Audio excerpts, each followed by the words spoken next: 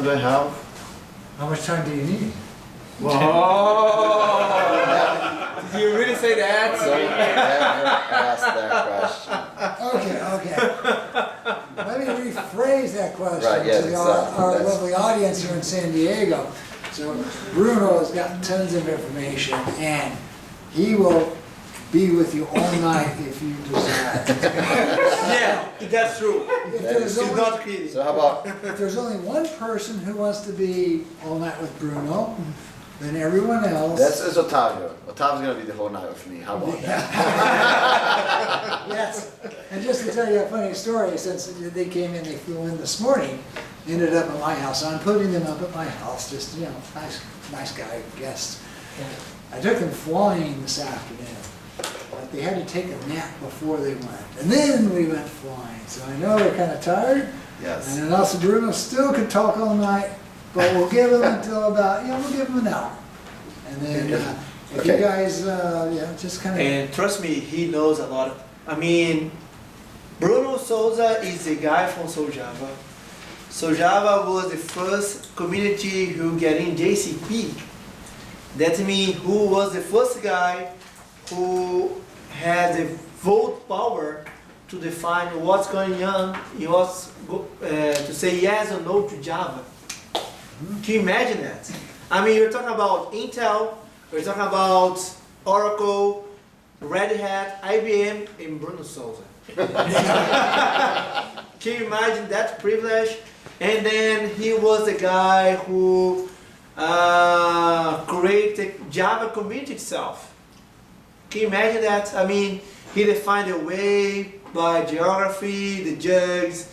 He run also the NetBeans program. If you hate NetBeans, thanks to Bruno.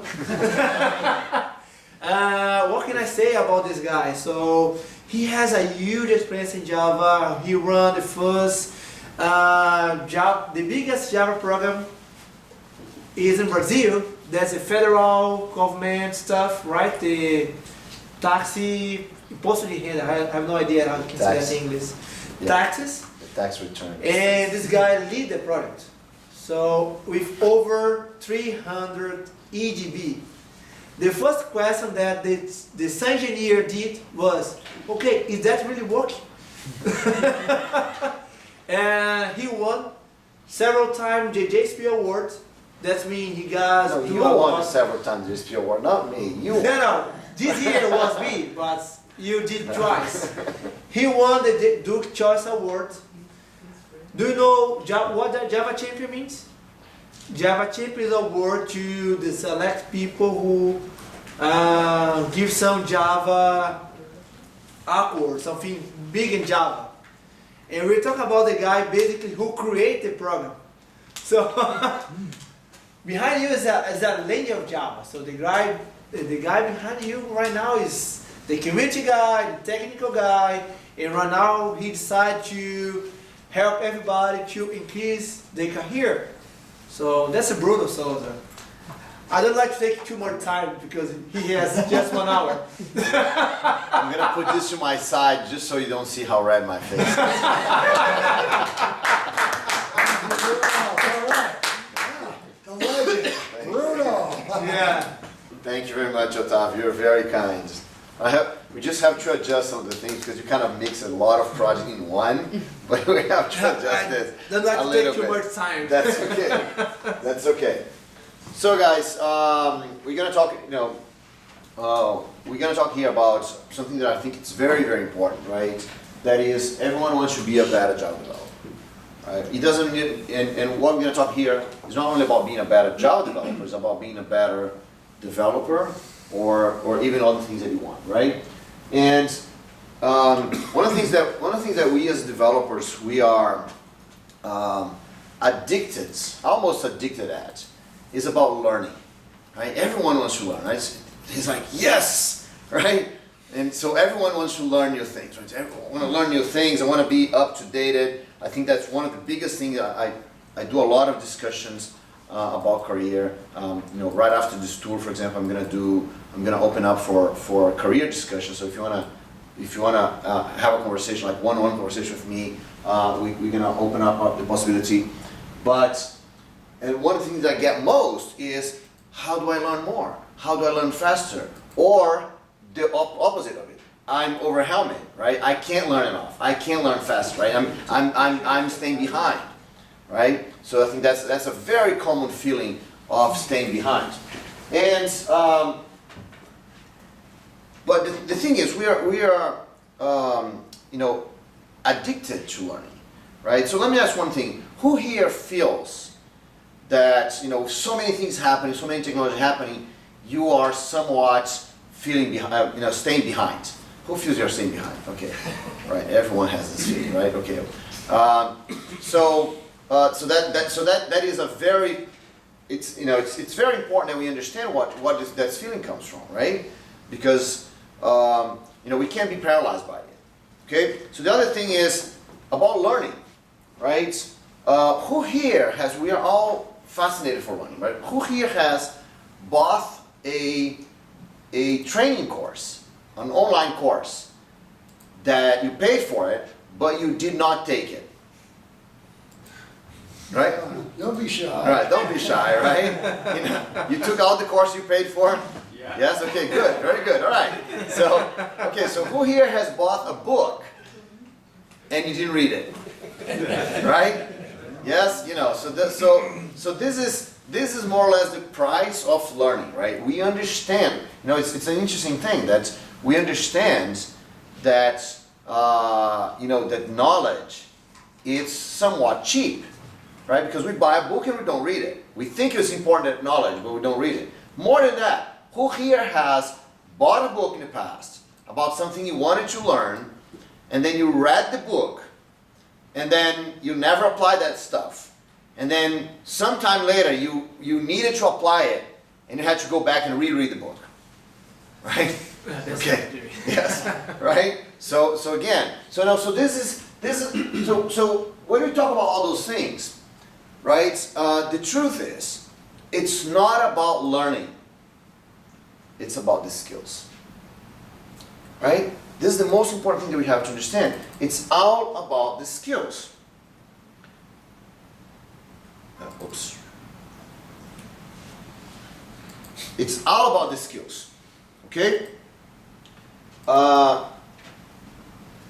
We think, right? We have been a lot of times we have been bombarded with this idea that we're going to learn a lot of stuff. But the truth is, learning by itself does not change your brain. The only thing that changes your brain are the skills, right? And so just so it's, what is the difference between learning and skills? I just gotta make a quick example. If you have to learn to read, right? For you to learn to read, there is knowledge, right? And there's these skills. The knowledge for you to read, what it is? It's it's kind of putting the words together, right? So you can figure out what a word is, right? So you know the letters and how to put the letters together, right?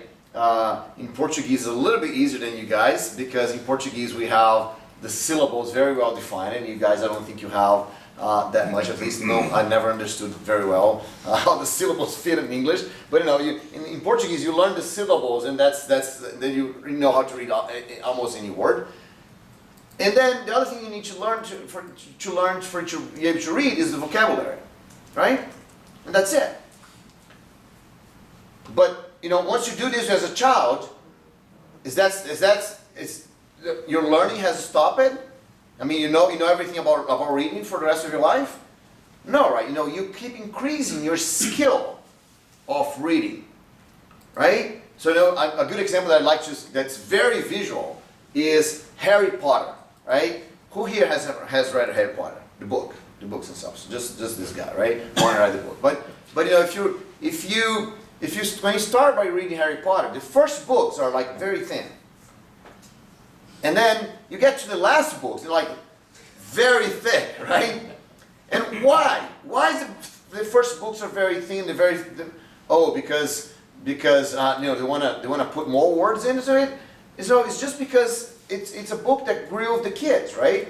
The kids start reading the book when they're young, and the more they grew, as they got older, their skills of reading got better, and so there's more characters, there's more story, there are more things going on, there's more things you can think about, right? I remember, I'm not sure if you guys remember, I remember the first book that I had to read that had no images on it.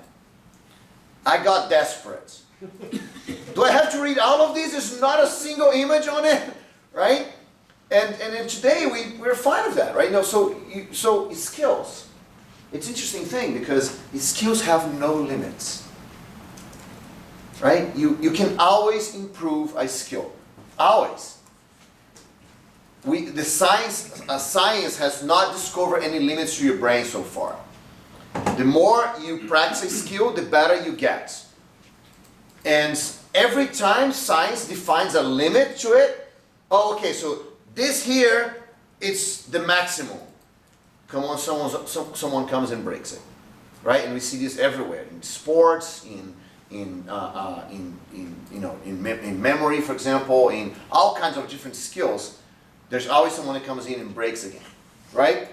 So we have to understand. The first thing we have to understand is skills, right? Because skills is what really matters. The difference between a novice and someone some expert is not how much the expert knows, is the depth of the skills of the expert. Okay? Because the skills change our brain. So let's think about what skills are. Actually, I'm going to go a little bit on biology here because it's really important. Because let me tell you one thing. The last 10, 15 years completely changed what we knew about our brains. Right? If you're an older guy like me, that you learn in school things like, oh, your brain doesn't change after you grow, or your cells don't grow anymore, things like this. This is all wrong, right? Everything we learned about the brains in the past is completely wrong. The last 15 years has changed a lot of things we know about our brains. And one of the things is this, right? Our brains change all the time. Until we die, our brains are changing. Okay? And now, I'm just going to concentrate on one tiny little piece of the brain. Right? It's one thing called, that I'm sure you've heard about, it's called myelin. Have you ever heard about myelin? No one has heard. Yes, no? Not more or less? No? Alright, so you've heard about the neurons, right? You know what neurons are, right? So neurons are, so first of all, why do you need to understand the brain? You know, can you imagine a basketball player or a soccer player or a runner that have no idea how the muscles work? Right? Oh, I can just force my muscle as much as I want, right? Is that true? No, but if you don't understand how your muscles work, how can you be a great athlete, right? And for us, it's all here in the brain. What we do, it's all brain-based, right? So actually, the athletes also are brain-based, right? But at least they have the muscles in the middle. But for us, it all comes from the brain. So we have to understand a little bit about the brain. So here, you know about the neurons, right? So you have the neurons. This has a lot to do with skills, right? Okay, so that's the representation of neuron, right? More or less. So you know about the neuron. And for a long time, the whole scientific industry thought that this was the important thing. The neurons were the important thing, right? And there's a part of our brains, like when you see on the images, that part that's kind of white on your brain, that people thought, well, there's just kind of some feeling in the brain. We don't know what that is for. Okay? That is myelin. So myelin is the fat that goes around the neurons. That for a long time, we had no idea what that is for. Okay? So I'll explain to you what myelin has. So myelin are skills. Okay? So what is myelin? Myelin is a fat that goes around the neuron. And it is like, you know that, how do you call that black tape that you put around wires? Insulation tape, right? So myelin is the insulation tape of the brain. Okay? Basically, if you wrap myelin around the neuron, your neuron can, the electrical pulse inside your brain, your neuron can go faster because it's more insulated. Okay? So how does myelin work? Myelin works like this. If you fire a neuron in your brain, right, or a series of neurons, if you fire in your brain, there's cells that will wrap myelin around the neurons that have been fired. Okay? And so the more you fire a neuron, the more myelin is put around the neuron. So if you're going to do something, let's say you're going to type on the keyboard, right? If you're going to type on the keyboard, the more you fire those neurons, not only your brain, the whole body, right, to type on the keyboard, more myelin is wrapped around that set of neurons that you need for typing the keyboard. Okay, so what happens? When you wrap myelin around the neurons, the neuron can go 100 times faster, the electrical pulse. Can go up to 100 times faster. Okay, not only that, if you have a lot of myelin around your neuron, the activation time, that means the time between you activate and you can activate again the same neuron, reduces 30 times. Up to 30 times. Right? So if you have a neuron that's wrapped around lots of myelin, it's 100 times faster and can activate in 1/30th of the time of neurons that are not filled with myelin. What this has to do with skills, right? Knowledge, it's a bunch of unconnected memories in your brain. It's very hard for you to recover those memories. Right? And they are unconnected. When you recover one, you don't necessarily get the other one. That's why you read a book and you don't apply anything, and then long time in the future you need that information again, you don't remember anymore. Now, skills. Skills are connected memories. They're very fast to activate. And once you activate, they all come together. Because the skills is myelin around your neurons. Now, basically, when you have more skills, you have more myelin around your neurons, so your neurons activate faster, and things run faster. So you get the memories immediately, right? So, for example, if you're playing basketball and you run with the ball and you jump and you throw the ball, the only way for you to reach to get the ball on the hoop is if you know the speed you're going, right? If you know the strength you have to push the ball, if you know all the math for to get the ball on the hoop, if you know where all the other players in the game are, that's the only way for you to get the ball there. But you never think about any of this, right? You don't even need to know any of the math around it. You just know how to do it. How is it you know how to do it? A lot of myelin in the right neurons. Okay? So that's a skill. So now, if that's a skill, you have to understand how does a skill work. First of all, it's a biological process. Myelin doesn't magically appear in your neuron. It's a biological process that there are special cells that will wrap a neuron on myelin. Okay? And those special cells, they only wrap around neurons that have been fired. If you don't fire a neuron, no myelin is created around them. Okay? Not only that, it's a biological process, not instantaneous. It takes time. Right? So if you just fire the neurons once, it doesn't magically get wrapped with myelin. You have to fire multiple times for it to be. And not only that, it's constant. Right? If you fire many times, it gets wrapped more and more and more. If you stop firing, well, our body is always reusing things, right? So if you stop firing a neuron and you start firing someone else, myelin is going to move from one to the next, right? So if you stop firing a neuron, that skill starts to go away. There's a famous musician that says that one guy, he's already dead, but he played all the way into his late 80s. He played professionally, and he used to say that if I skip 1 day of practice, I notice. If I skip 2 days of practice, my wife notice. If I skip 3 days of practice, the world notice. Right? Because it's a biological process. I mean, it's something that is constantly happening. This whole thing about our brains don't change. Something happened here. Okay. Yeah, that's me, sir. Okay. the whole thing that our brains don't change, our brains keep changing the whole time.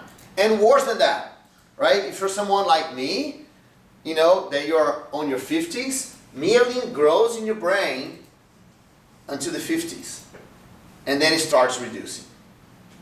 It doesn't mean that you can't wrap things anymore, but it means that it takes more time for you to wrap things, right? Because myelin is being used to do that, right? Okay, so we follow that. What this has to do with skills? Now we can imagine how skills are created, right? Skills are only created if we fire neurons. So skills are only created if we do things. It's not about learning. It's only about doing. You got that? It's not about learning. It's only about doing. If you do things, you wrap myelin around the right neurons, and you get very good at that because you get very fast at doing those things. Your memory gets really good at those things. But if you don't do, if you just read about, if you just learn about, then nothing happens. So it's all about doing. Skills, we only get skills if we do. And not only that, it's not instantaneous. So we have to do for a period of time. And we have to keep doing. Right?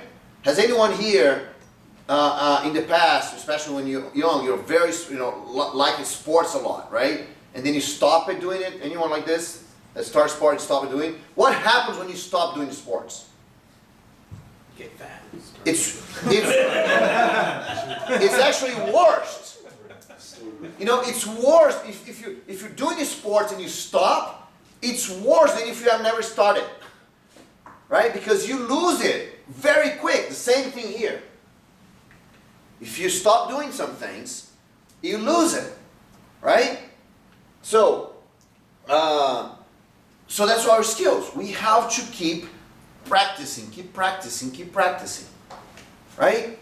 And now the other thing is, you see, this is a very energy and resource consuming process, right? If you fire a neuron and your myelin has to go and wrap around the neuron, right? It's a lot of energy goes into your brain. So does your body want you to do this? Your body doesn't want you to keep putting this energy. So your brain is made in a way that if you just do the same thing over and over and over, it doesn't need to wrap on myelin anymore.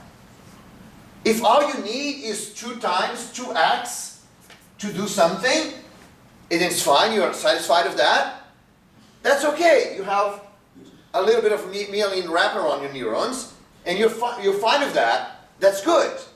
That's enough. I don't need to put anymore. So if you want to get to 100 times, you have to push yourself. You have to force to do a little bit harder than you was before. A little bit more, like the muscles, right? If you go to the gym and you get like a 1 kilo thing, for the first day it's going to be a little hard, and for the first week, and then after you do like 10 times for a week, it doesn't matter. You can just go to the gym and do 10 times every day. It makes a difference. Zero difference. That makes no difference at all. You have to increase a little bit. You have to increase a little bit. The same thing here. You have to force a little bit. So that's the biology behind skills. We can't run from it. Right? And the cool thing about this is that myelin knows nothing about computers. know nothing about Java, understands nothing about playing tennis or swimming or anything. He knows nothing about any of that. He only knows if you use a neuron, it wraps million around. That's it, right? So it doesn't matter what skill you're looking at. You know, do you want to be a speaker? Do you want to be a great developer? You know, it's a skill of reading code, right? It's a skill of, you know, working with Java, working with Kotlin. It is a skill about, you know, being a manager. It doesn't matter which skill it is. It's always the same process. So this is what we need to do. When you talk about being a better developer, that's what's behind the whole thing. And we can't just escape from that. That's how things work. And the more we understand how they work, the better we can apply. Okay? So that's, there's one more thing I want to talk about, skills. That's very important. Have you ever heard about those two terms related to skills? Hard skills and soft skills. Have you heard of those terms? Yeah? Who can tell me what a hard or soft skill is or hard skill is? Can you tell me? Like doing math versus being nice. Okay. So which one is which? Math is hard. Math is a hard skill, right? And being nice is a soft skill, right? Is that what you're saying? You know how people call those two things? You're right. IQ, EQ? No. You're perfectly right. You got right which skill is what is which, but people usually call those skills what? With hard skills is which skills you should learn as a developer? The hard skills, right? Why? The hard skills are what? Valuable? Well, that's good. Okay, but the hard skills are what? People call the hard skills the technical skills, right? That's like math, right? So technical skills, right? And the soft skills are what? Social. The social skills, right? Communication skills. Actually, you guys have a perfect wording here. In Portuguese, we say technical skills and communication skills. In Portuguese, we can never understand how these things work. Because this is wrong. You're right. Math is a hard skill. Being nice is a soft skill. But hard skills are not technical skills. That's the wrong way of thinking. You say hard skills are the important ones, right? That's the wrong way of thinking. And soft skills are not the communication skills. Communication skills are soft skills, but not the vice versa. Hard skills are not hard because they're difficulty. Hard skills are hard because they are precise. They're exact. Soft skills are not soft because they are easy. Soft skills are soft because they are malleable. They vary. So hard skills are the ones that you do exactly the same thing. Right? So for example, playing a guitar. It's a hard skill. You can't play a guitar with your hand a little bit to the side and the other side. Right? It has to be precise in the exact same position. If it's not in the exact same position, it doesn't work. If you play a violin, if you move the arc 1 millimeter to one side or the other, it's another note. So it's very exact. A soft skill is a malleable skill. You never apply the same way. Every time you apply that skill, it's different. Right? You're playing basketball, throwing the ball on the hoop when you're standing on the, how do you call them? Free shots? Is that how you call it?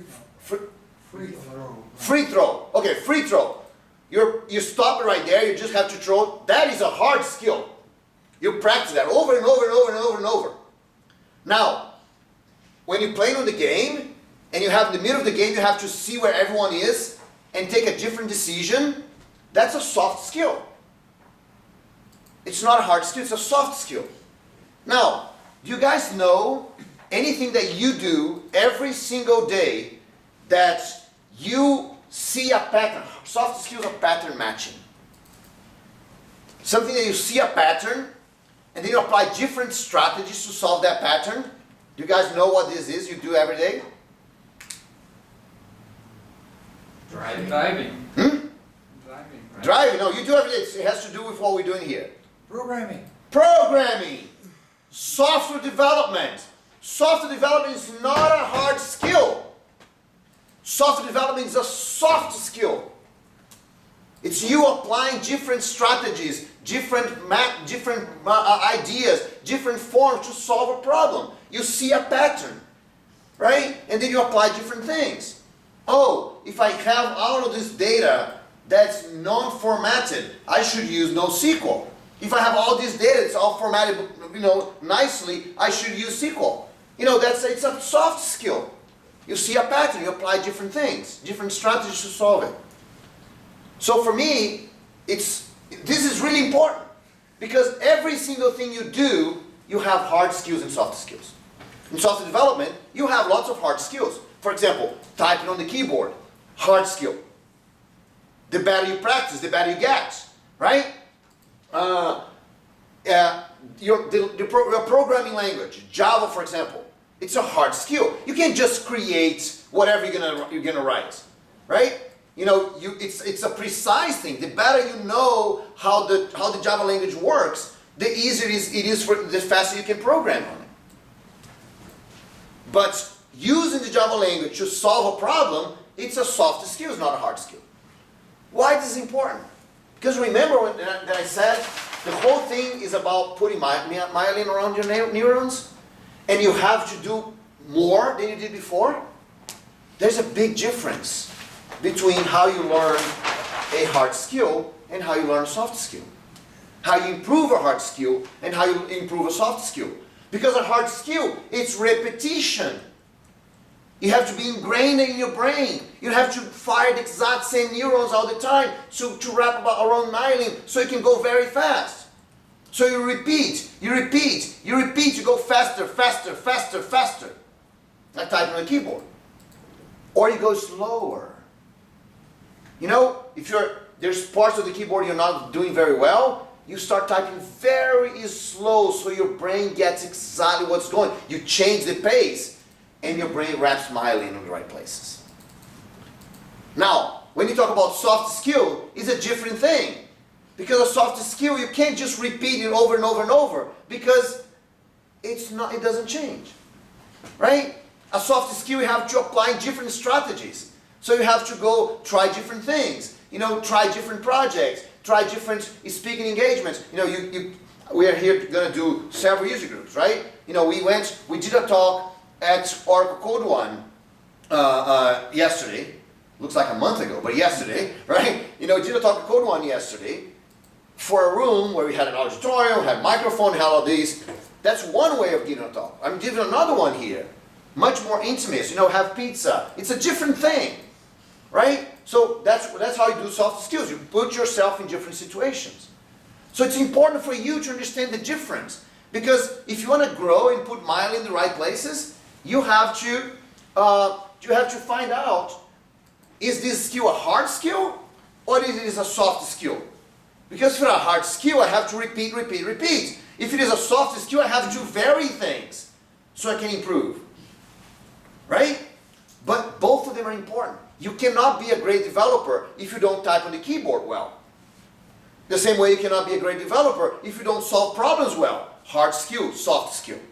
All the time, everything we do, it's all about the skills. So you talk about the hard skill in the keyboard and learning the Java, the language, the syntax. So code katas.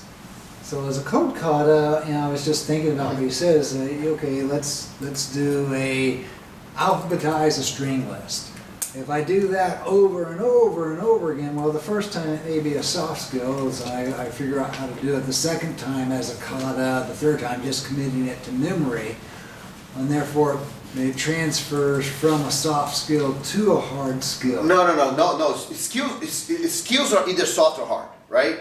Or maybe a combination. But no, they don't transfer one to the other. So as far as a code kata is concerned, there could be infinite number of code katas, but right. The idea is that you get up in the morning, you do your kata, and you become better by that practice. Right.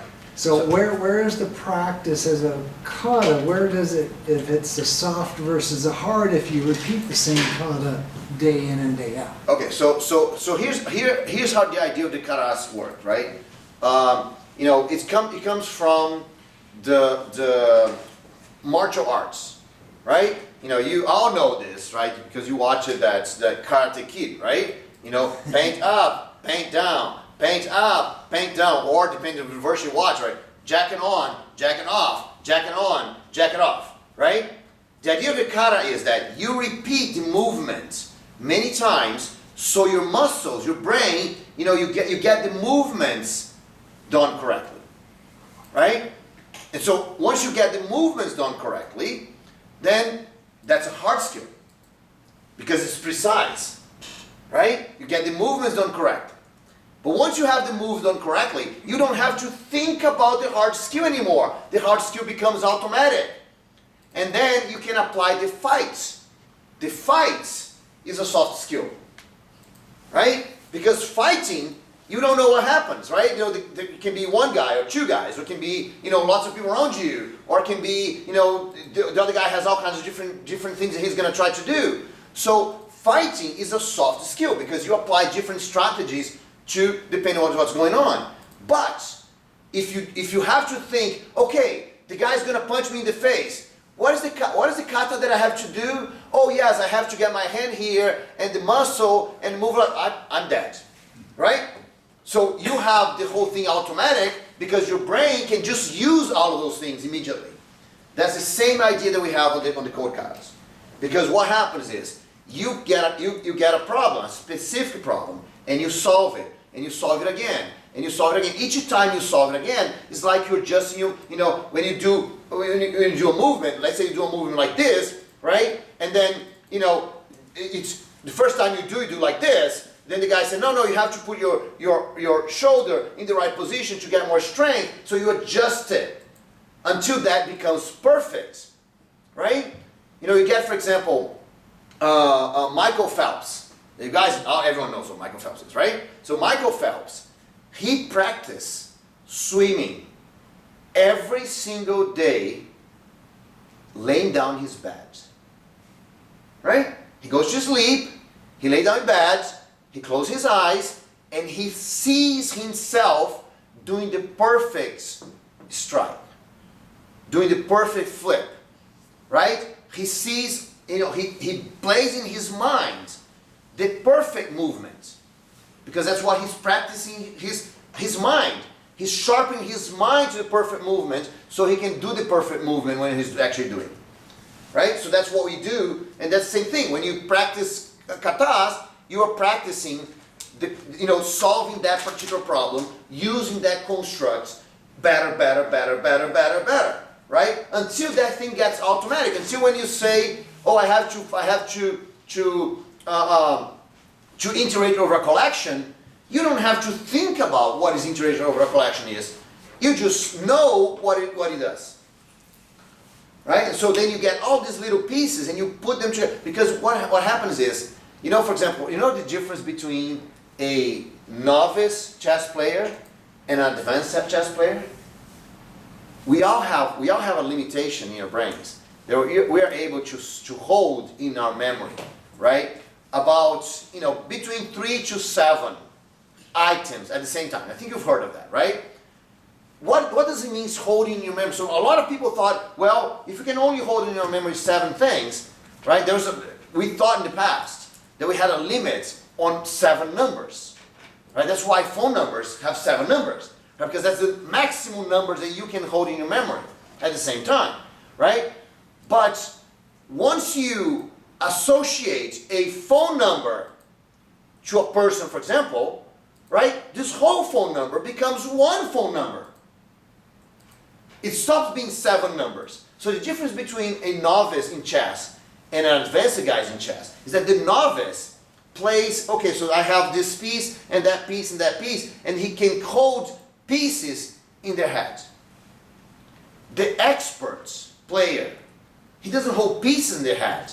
He holds entire games, right? So he looks at a board and he says, okay, this board is type game X.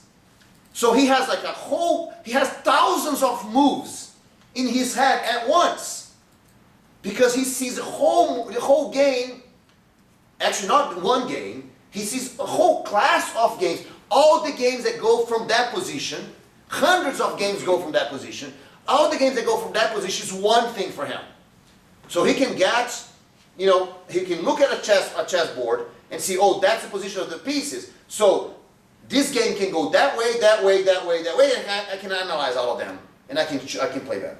So that's what we're doing with the katas. You're getting all those things. Instead of you're worried about, language features or ifs or anything like this, you're thinking about larger things. That's why, for example, you think about, design patterns, right? Design patterns are like this. Design patterns, you forget, you completely ignore the fact, oh, it's a class, it's an object, right? You start thinking about larger things, right? That's why it's important for us to learn design patterns, because now we can see the whole software. Oh yes, this software here is applying that pattern. I don't need to think about, oh, there's this class and that class and that class. Oh, that is that pattern. So you combine all those things into one thing, so it's a lot easier for you to think. That's the connected memories that we're talking about. See, that's why the katas are so important. Because you start connecting those things. Make sense? So once you understand that, it's all about skills, right? So it's all about skills. What does it mean to be better? Right? What it means to be better on the skill, in the end, is putting myelin around. But the way that we become better, right, is we have to practice. But not only repeating, we have to practice in the right way. So there's one thing that we call deliberate practice. Right? Deliberate practice is practice that's deliberately focused on improving a skill. So a lot of people think, oh, but I work every day on codes, so I must be a better developer. No, that's not true, because if you work on the same code that you've been working for a long time, you're not improving anything. Right? If you're not solving new problems, you're not improving anything.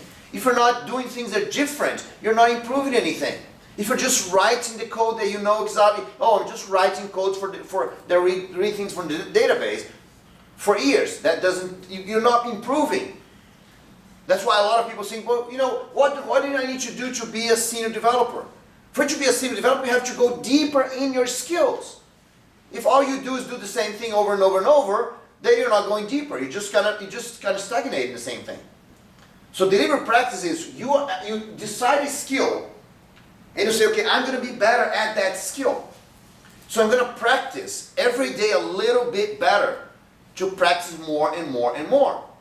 So there's 5 basic skills that we should practice every single day and be better at them. And it's funny that the best soccer players, for example, when they come in the field, what do? Do they practice like crazy things? Right? Right? What do? When they start before the game, when they start practicing, they practice pass. They hit the ball. The most basic things. The best musicians, when they start practicing, they repeat the basics. Right? They get a song they know very well and they play that. They go back to the basics. They refresh the basics. Right? Every day they refresh that, refresh more myelin. And we as developers, what we do? We don't. There's 5 basic skills that we should do every single day. Read code. Every day we should read code. Read code that we don't understand. Read code in language that we don't know. Read code in projects that we didn't write. Read code in open source. Read code that we use. Right? Oh, I'm going to read the code from Spring. I use Spring as a library, but I'm going to read the code to understand what it does. Read code every day. It's amazing. Right? When you get very good at this, you are able to do something that's very important. That is, you are able to run the code in your head. right? I compare myself to Otávio, for example. Otávio is an amazing developer, right? You know, I remember one discussion we were having in Chicago a few years ago, that we're in a table with lots of people. And I was in one corner of the table, Otávio was exactly the opposite side of the table. And I was talking with one of the JUG leaders, a lady that runs the Chicago Java User Group. And she was asking me a question. And she was telling me about a piece of code, and I was like, okay, trying to understand what she's doing. Otávio was sitting on the other side of the table, in a noisy bar, right? And, you know, Otávio was like, oh, this is because that, and that. Because he sees code much better than I do. That is a skill, right? For me, so for example, when you read a book, what's a book? It's a lot of words on a page, right? Right? So when you read a book, you see words in your brain, right? Yeah? You see words in your brain when you read a book? Yeah? When you read Harry Potter, that's why you see words in your brain. What do you see? The story. You see the story, right? A book, you know, a book is a source code of a movie that you run in your head. A source code, a computer code. It's not a bunch of words in the paper. When you read code, you run the program in your head. If you get, you know, you can be very good at this.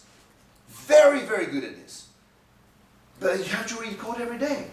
You have to be able to run the code in your head every day. That's why so many people say that after you write a code, you go back and you run in your head. Or you step through with the debugger, right? Because you have to run that thing in your head. If you're not doing it, you're not improving your skill. Read code, write code, code katas, write code every day. Become better at writing code. Become faster at writing code. Third skill, delivery code. It's amazing how many developers don't have. I was talking to an amazing guy, really amazing guy. Friend of mine had a very, very hard discussion during Code 1. An amazing person, and he was having all kinds of problems on his projects. And when I was talking about, he said, I don't understand this whole DevOps thing. I don't understand how code is delivered. I'm very good at writing code. You know, this guy, thousands of developers around the world work with his code. He's very good at writing code, but he doesn't understand how the code is delivered. He has an idea, but when his team is discussing those things, he doesn't know. Delivery code is amazingly important. What is it you're doing to get code in the hands of other people? You have to practice this every day, right? Fourth skill. You have to solve problems. We as developers, we're not Java developers. We're not, you know, C# developers or Kotlin developers. That's not what we do. We're not spitters of lines of code. Our work is solving problems. We use the tool, the language, the APIs, the libraries. We use the tools to solve a problem. What we do is solve problems. But it's a practice in your brain. Look around every day, you know, when you go to work, right? You know, you're stuck in traffic. Look around you. What problems you see around you, right? Why so much traffic? Or why your car is so hot? Or why you're tired? I don't know. Think about any problem you have in your life and propose a solution. How would you solve that? How would that change my city? How would that change my house? How would that change, you know, whatever? Propose a solution in your head. I'm not talking about go write code. Forget about code, right? It's important to get practice of seeing problems and solving problems. Seeing problems and solving problems. How do you solve a problem? You see a problem, you propose a solution.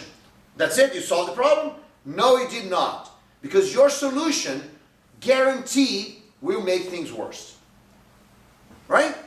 That's true. You get a problem, you propose a solution, and that something else is gonna be worse because of what you just did. And then what do? You analyze your solution, say, okay, my solution is going to be, it doesn't work because this, and this, so I'm going to propose something else. That's an exercise you do all the time, right? And so when you get very good at this, you're very good at looking at problems in your company and trying to solve with code.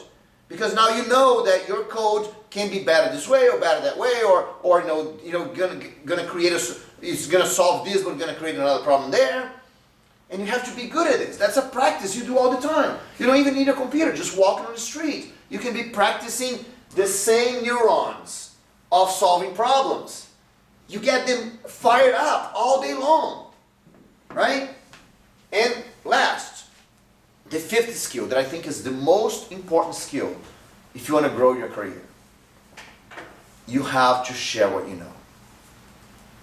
Share your knowledge. It's amazingly important because it's a soft skill, right? It's the same, it's as soft a skill as writing code, right? So you practice the same neurons in a way, right?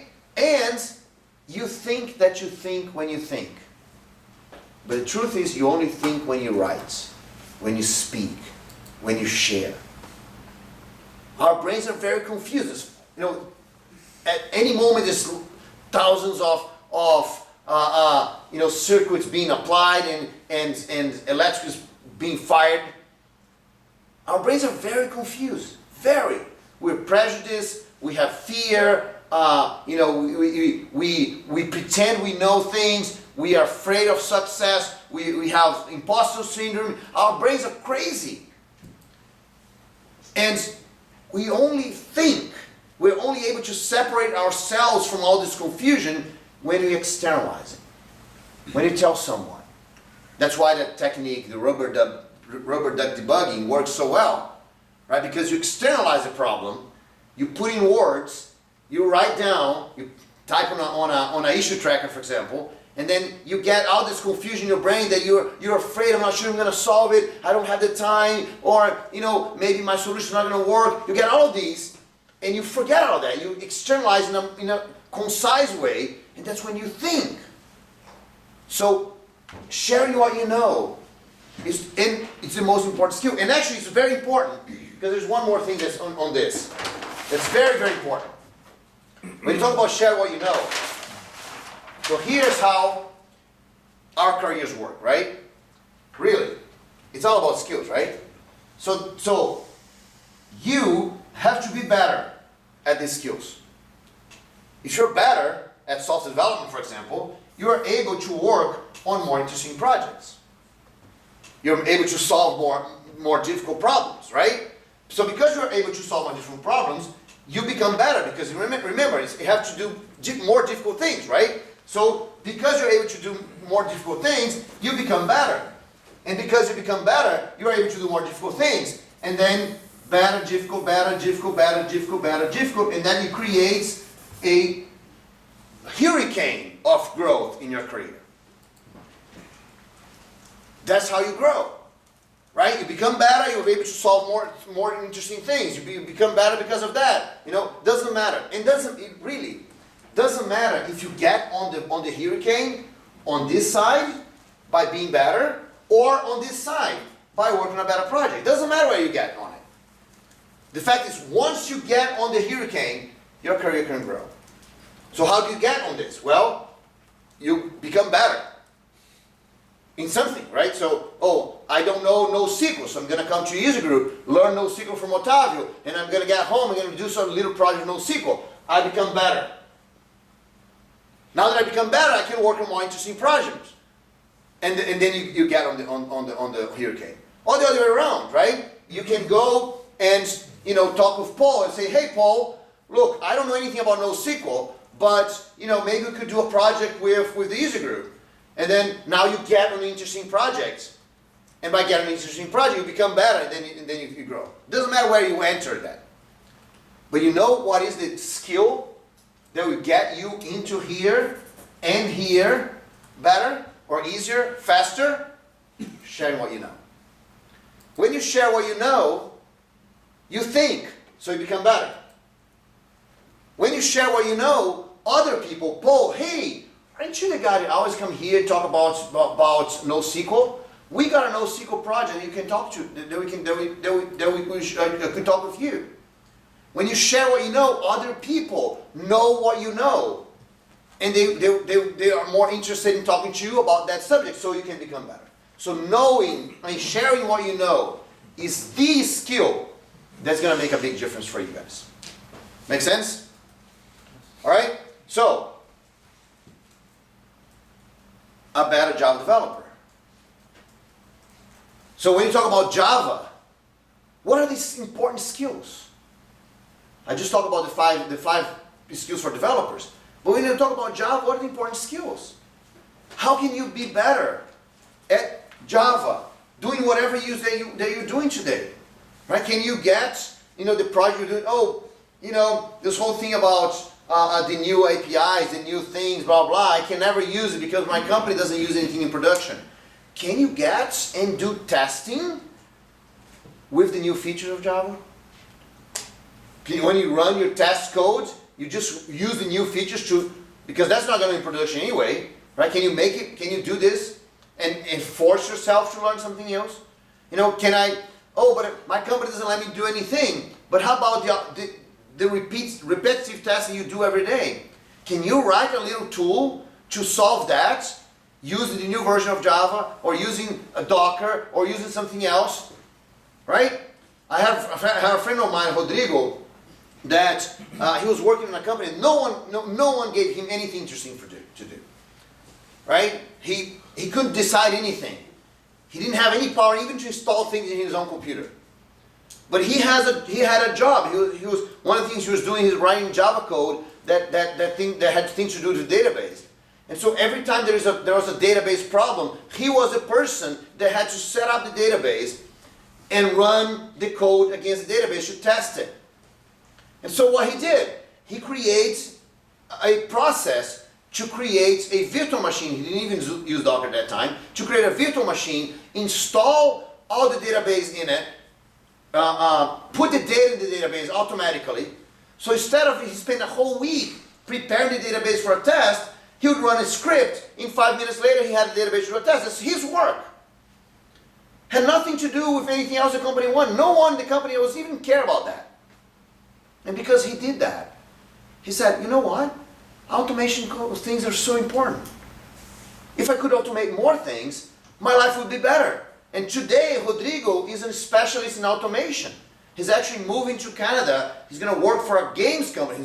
His biggest dream in his life was to work for a games company.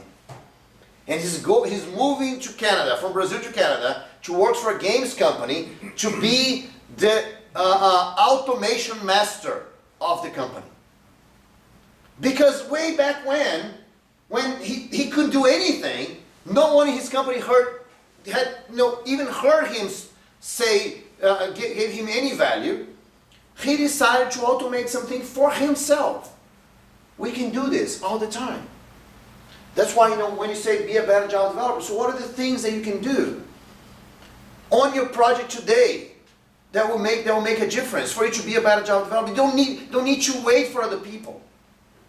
And let me tell you guys, yesterday in one of the talks, there was one guy that asked a question, a very hard question, right? Because he was a guy from India, and he said that the immigration's law, he would have to be on the same position. I don't even know exactly the details, but he said he had to be in the same position for 40 years. He couldn't change position for 40 years, right?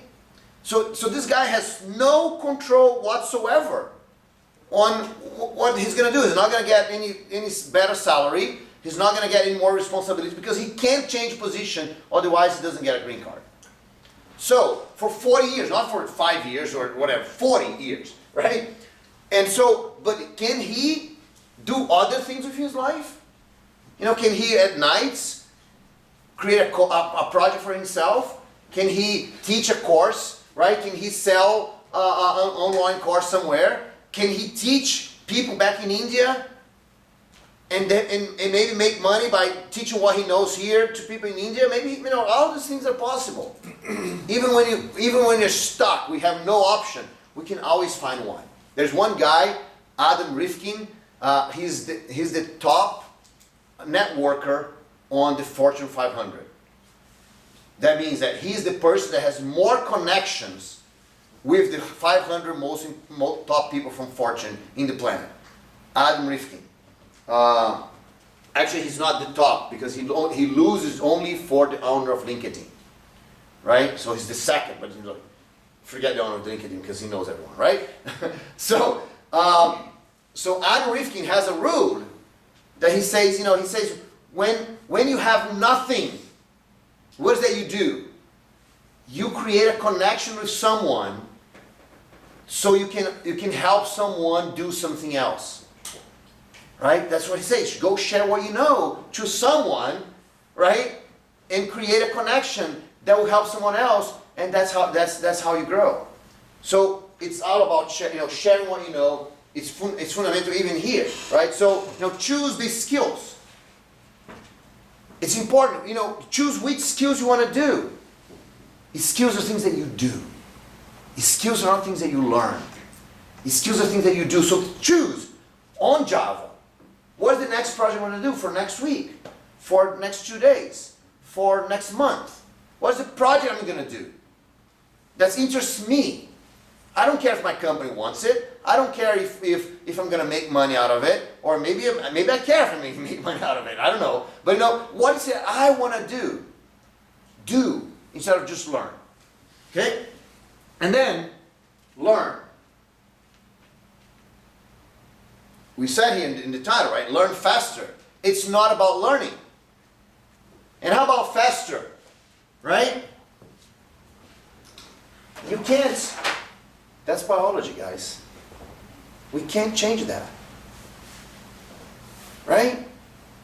It's not about going to the gym and say, okay, I need to have muscles for tomorrow. I'm going to get married tomorrow. I need to be thin and full of muscles so I can go to my wedding. Does it work? Can I go to the gym and practice for 15 hours straight? And yes! It doesn't work that way, right? So the whole point is not faster. The thing. What the thing is? The word is consistency. It's consistency. If you become 1% better every single day, by the end of the year, you're not 365% more, right? The math is like something like almost 4,000% more, right? It's 3,700, something like this. So a little bit every day. It's like going to the gym, right? And let me tell you one thing. It's not about studying a lot for many hours. It's focusing. Sit down and say, I want to improve this skill. What I'm going to do today to improve this skill? And working every day on it. Creating habits that are going to get you there. It's about consistency. 15 minutes a day can completely change your life. Seriously, I have a lot of examples. You just 15 minutes a day, you can completely change your life. And it's the same thing as a gym, right? If it doesn't work, I'm going to slack off the whole week, and then on the weekend I'm going to go and do like 6 hours of exercise. It doesn't work like this. 15 minutes a day is better than 4 hours in the weekend. So just find 15 minutes a day. Can you come back from lunch 15 minutes early? Can you leave the office 15 minutes later? Can you come back, sit down on the computer 15 minutes early in the morning? Can you do any of those things that will give you 15 minutes? 15 minutes in the morning, 15 minutes in the afternoon. Man, that's an explosion of success for you. But if you're consistent, right? Because in life, consistency wins. You say, you have to brush your teeth every day. What happens if you skip a day? What happens? Nothing. Nothing happens if you skip a day, right? I have no idea. I have no idea. I have no idea because nothing happens if you skip a day, right? your teeth are not going to fall off because you skip a day, right? What happens if you skip 2 days? Nothing either, right? But what if you stop doing it? It's terrible, right? So it's the same thing. If I go 1 day to the gym, do you see a difference? If I go 2 days to the gym, do I see a difference? If I go a whole month to the gym, do I see a difference? A little bit, right? But if I go, if I'm consistent and spend a whole year going to the gym, my life is completely changing. That's the same thing here. When you talk about learning and learning faster, 15 minutes a day, going deep, not wide, deep, right? And then we can apply one thing that I love, right? We can apply for skills, one thing that's called just-in-time, what? Just-in-time compiler? No. Just-in-time learning, okay? Just-in-time learning. What is a just-in-time learning? Remember, the only thing that matters is skill. A skill you can only get by doing things. So what is just-in-time learning? Just-in-time learning is that you go do. And when you can't do anymore, you learn a little bit and go do it again. Otavio gave me a gift. We were leaving, yesterday we were leaving the event, and Otavio said, Bruno, I'm going to give you a gift. So we went to a store. He gave me a new game, PlayStation game.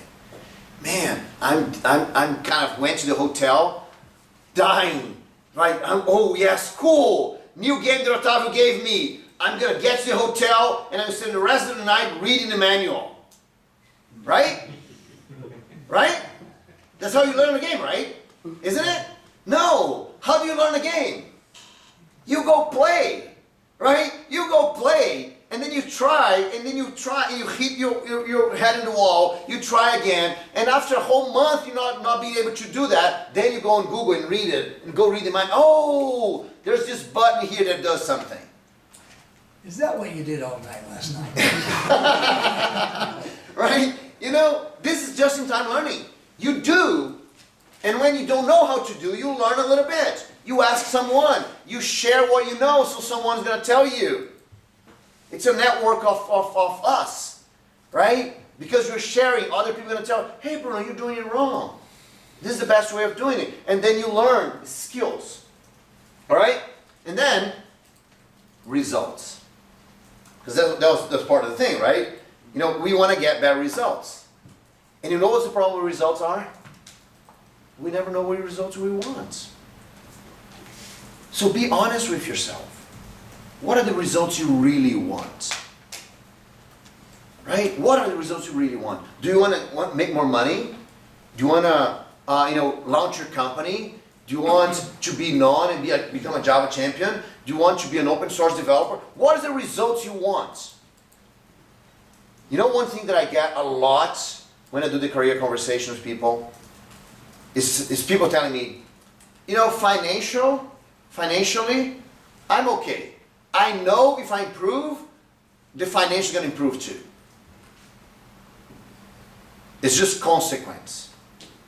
The truth is, it's not consequence. Either you want that, and you're going to make what needs to do to get that result, or you don't want that. Or you pretend you don't want.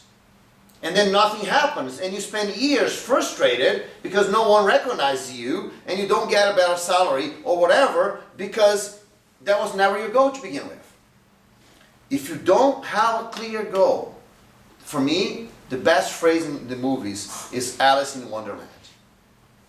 She's lost in Wonderland, and the cat shows up, and she's like, which way do I go? And the cat asks, where do you want to get? And Alice responds, oh, it doesn't matter. Any place is good.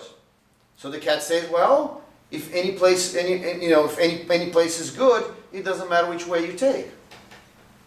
And that's the big thing. If we don't know what results we want, and the results are different, we can all be, the way to get there could be learning Java and learning, programming, becoming better. All these, it's the same for all of us, could be. But this guy wants, make more money. He wants more time with his family. This other guy over there wants to travel around the world. He wants to move to another country. You know, everyone has a different goal. And we got to be clear with our goals. If we're not clear with our goals, then we have no results because we don't know what we're going to do. Right? So, you know, if this guy wants to make more money, maybe it's better for him to, you know, I don't know, to learn legacy Java because lots of people need that. If he wants more time with his family, maybe, you know, he should do automation because then he can just go home and be okay. If the guy wants to move to another country, he could just find out what is the technology the other country uses and learn that. We need to be clear with our goals. Make sense? So I'm gonna finish this. I want to have some time for questions, but I think I run out of time already. But I just want to have more time for questions. But I want to do this for you guys. I wrote a book that talks about a little bit of those things, right? Not nearly everything I told you guys here, but talk about what results you want and how to get that, right? This book is you can go on Amazon and buy. It's very. I made it very cheap on purpose. But since you're here, I'm just gonna give this book for free for you guys, right? So, you know, the PDF version you can get, you know, come here, you put your name, your email, and you get an email with the book. If you want the Kindle version, you can go on Amazon and buy that. But, you know, you get, yes, that's the book right there. You can go on this URL here, right? Yes, just take a picture of this QR code, and then. Yeah, don't write it down because you're gonna forget. Just take a picture, go on your phone, put your name, email, get the book in your email right now. Yeah, right. You're gonna forget. I know this. That's part of what we do, right? We write lots of things. And there's an interesting thing that once you do this, you're gonna get an email from me, right? Because you're gonna get that book on your email, right? And so you're gonna get an email from me, and then you have my contacts. So if you wanna, you know, go deep into the things I talk about. You can send me an email and I'll help you out. Okay? All right? And one of the things I'm gonna do, and if you wanna do this, you can come talk to me after we finish this. But one thing I'm gonna do after we finish this tour, for everyone to download the book, I'm gonna send an email offering you to have a one-on-one conversation with me. So if you're stuck with your career in any way, right? If you don't know what to do, or if you want to improve, increase. I do this, you know, right after Code 1, I always do this what I call career conversations, where I sit down with you and I help you. It's completely free. I help you get clarity on your goals. I help you eliminate the biggest challenge that prevents you from having success, and together we create a plan or a way to achieve that, right? So if you're interested in doing this, you can come talk to me later, and we can schedule right now, or you can download the book, and right after I finish the tour, I'm going to send an email inviting whoever wants, and then you can just reply to the email. Okay? So, with that, a little time for questions? Yeah. All right, so, you know, guys, anything that you're thinking about, anything I talk about here, about anything in your career, I'm open for whatever it is that you guys want to discuss. Yeah, so you talked about sharing. Mm-hmm.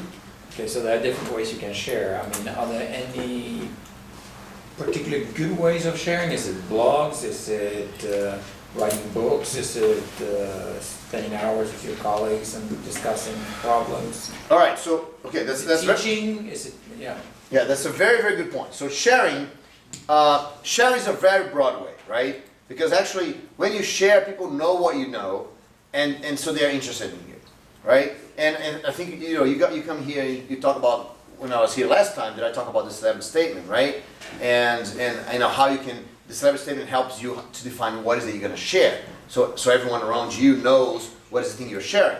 So sharing is important, but it doesn't really matter how you get started. It could be Twitter, right? It could be on Twitter every day. I'm going to tweet about something, or I'm going to share the things that the context that I've learned. You know, the books I read. Doesn't matter. You know, just you can share even Twitter, right? But there are a couple of ways of sharing. They are extremely powerful, right? One of them are blogs.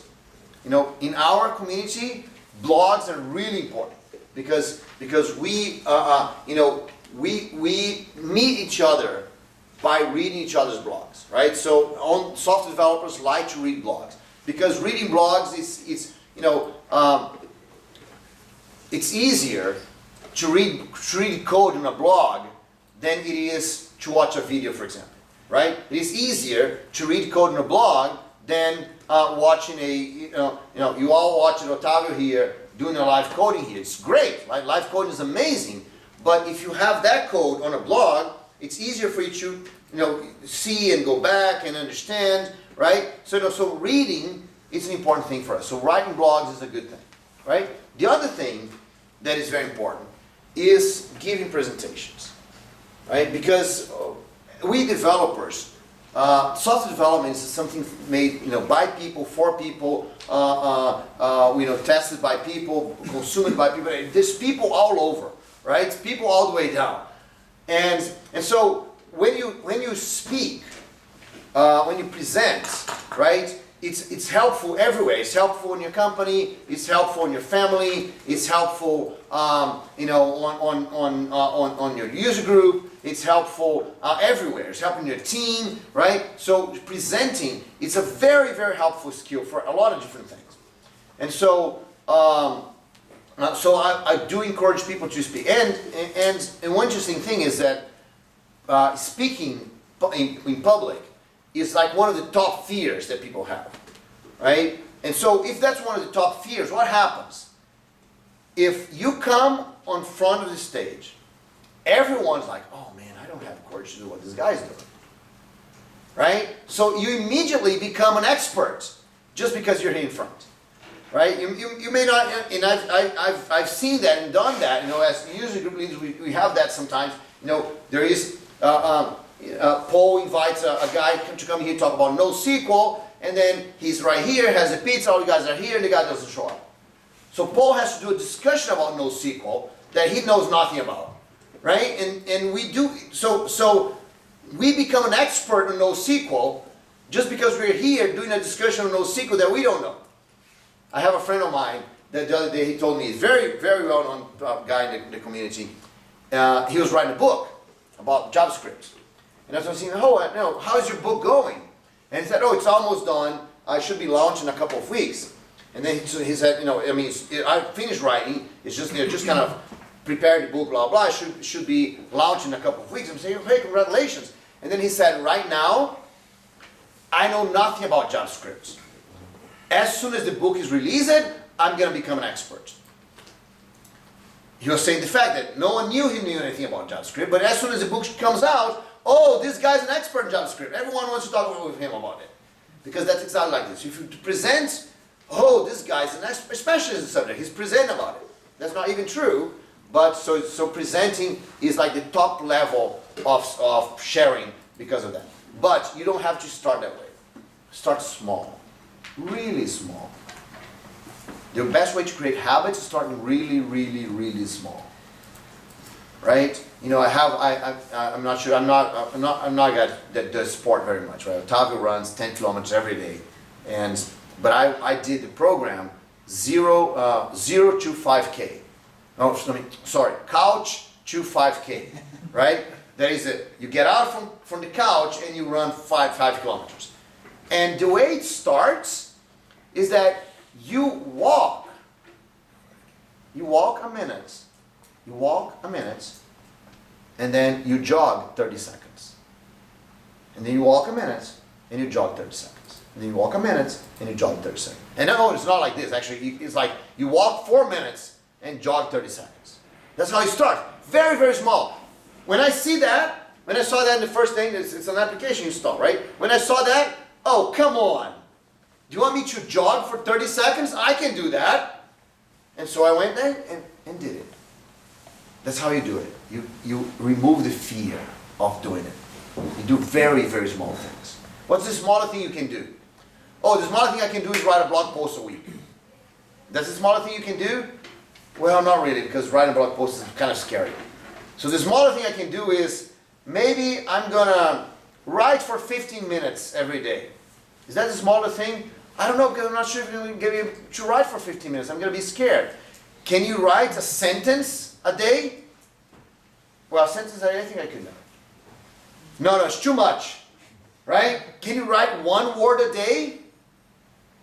Oh yes, I can write 1 word a day. Okay, good. Because now you start writing. So you write one word a day, second day you write a word, third day you write a word. After a week, your brain's like, hey, I'm a writer. I write every day. So now you don't want to stop because every day you write. And then it becomes easier for you to write a sentence and write a blog post and write. Consistency is the important thing. Okay? What else, guys? Last question. Last question. Dum.